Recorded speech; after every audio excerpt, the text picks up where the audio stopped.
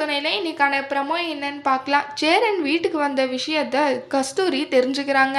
அது மட்டும் இல்லாம அவனை போய் பார்க்கலாம்னு சொல்லிட்டு மனசுல நினைச்சுக்கிறாங்க.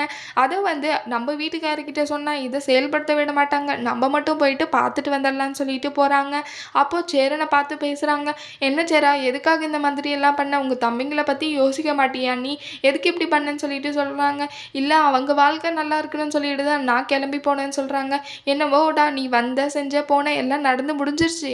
இதுக்கு மேலேயாவது ஒழுங்கா இருந்து தம்பிங்களை பார்த்துக்கோன்னு சொல்லிட்டு சொல்றாங்க. நீ நல்லவன் தான். இந்த வீட்டிலயே எனக்கு உன்னைனா ரொம்ப பிடிக்கும்டா.